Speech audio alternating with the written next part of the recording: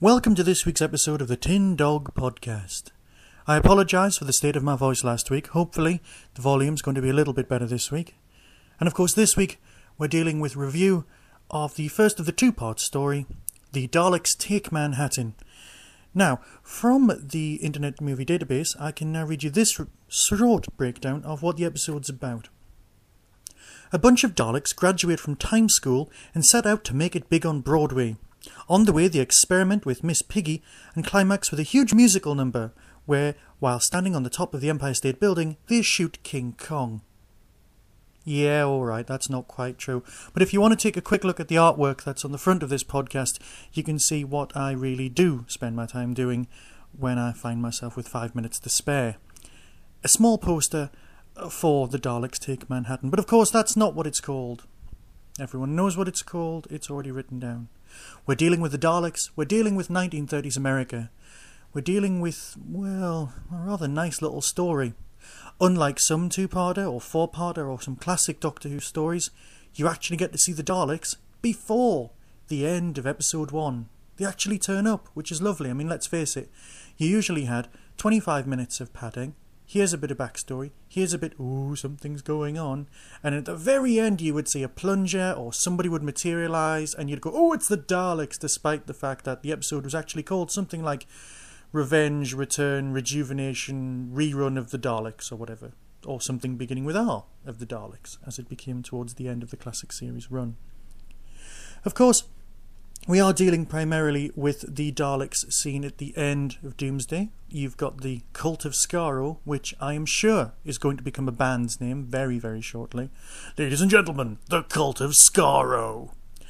Crashing on, where Dalek Sek, Dalek Jeff, Dalek Phil and Dalek Mike are all having hybrid fun in the basement of the Empire State, using some rather charming people who they seem to have turned into pigs because they want to do a stage production of Animal Farm.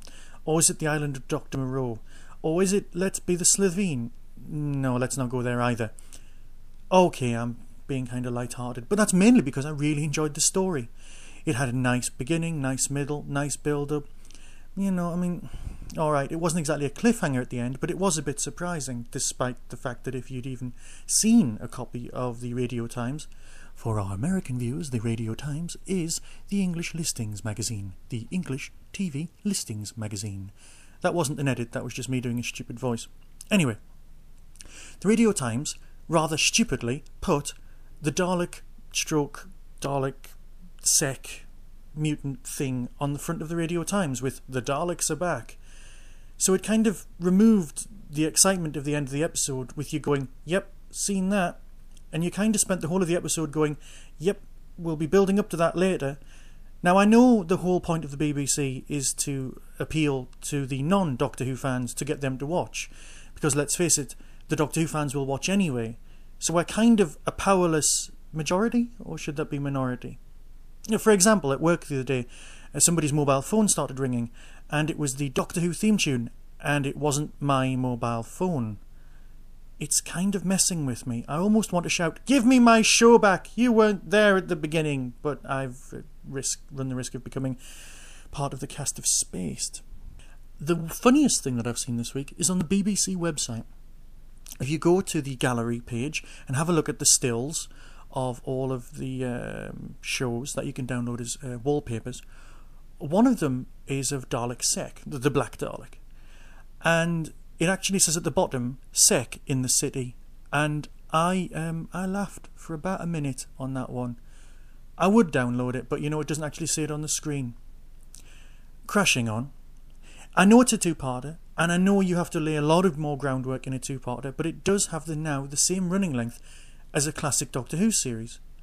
And you can tell. There feels like there's more characterisation. There feels like there's more space to breathe. I know they had to go to New York for 4 days, and of course David Tennant and Freema didn't actually get to go to New York, so everything's green screened or put in afterwards. But it's still exceptionally well done. I would definitely recommend this to anyone as a great introduction to the series. This series has been very strong, and it's one of the better looking episodes. I was watching the 2005 season, moments from it, and it does have a distinct glow to it, which you don't normally get. Anyway, I am kind of wobbling on. The hybrid fun with the squid head monster thing. My friend Andy has got this suggestion that one day the rights to use the Dalek will run out. For example, at the end of this year, in fact, when the nation estate go, you know, they're quite popular, could we have a bit more cash? And of course, if our lovely producer has redesigned the Daleks to such an extent that they just look like a man with a squid head, he can quite easily turn around and go, you know, these aren't really Daleks anymore. But then, of course, every time they get mentioned, they'd have to pay out, so it's not really going to work. It's a lovely idea, but I can't see it working. And let's face it, the Daleks are the ultimate in racial purity. They are Nazis, as opposed to the way they appeared at the end of the 2005 season, which was religious fundamentalists. I'm digressing.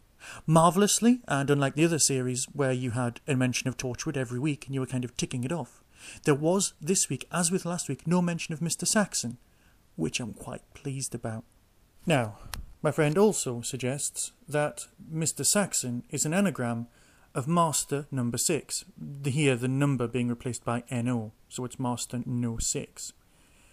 Now, that's because he thinks that the new person, possibly called Sim, playing the Master, is the 6th actor to play the Master. Now, at this point, I had a word with him and went, you know, are you sure it's number 6? Because at the time I could work out 4. I mean, let's look at it. There's Anthony Ainley, you know, the Doctor for the 4th, 5th, 6th, 7th Doctor's time. You've got, obviously, Delgado, and you've got Jeffrey Beavers. They were the ones I could come up with straight off the top of my head. But then he has a bit of a think, and he goes, well, obviously, Eric Roberts, so that's another one. And then he says, Gordon Tipple. Now, at this point, I go, who? Apparently, Gordon Tipple is the actor who plays the Master at the very, very beginning of the McGann film when he gets shot. Now, I'm thinking, that's a bit tenuous, it's a bit dodgy. And I'm sure you could class somebody else as the 5th Master, if you see what I mean. I mean, let's face it, he's only in it for a couple of seconds. So you could have the Master as heard or seen or almost seen in Scream of the Shalcra.